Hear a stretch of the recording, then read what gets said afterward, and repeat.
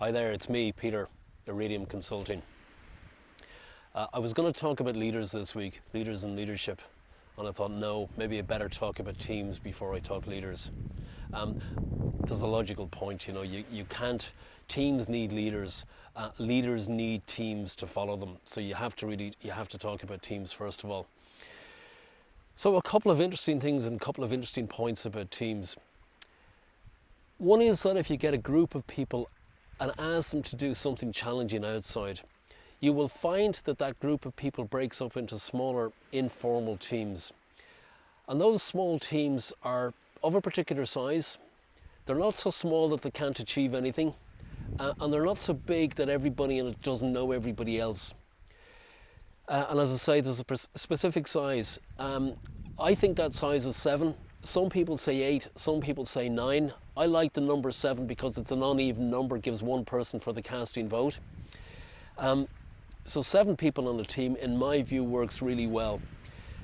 Jeff Bezos had something to say about that. If you believe Jeff Bezos, he is one of the richest men in the world. He said, if you can't feed a team with 2 pizzas, your teams are too big. So take what you want out of that. Maybe judge the size of Jeff's pizzas. But I think, 8 people, 7, 8 people on a team. Secondly, keep in mind that teams of different numbers have a different dynamic. So if you take a team of 2 people or a team of 3 people, that team has a different internal dynamic. A team of 2 people is very adaptable, very small, very efficient, makes decisions quickly, moves fast, but can be quite an intense place to work.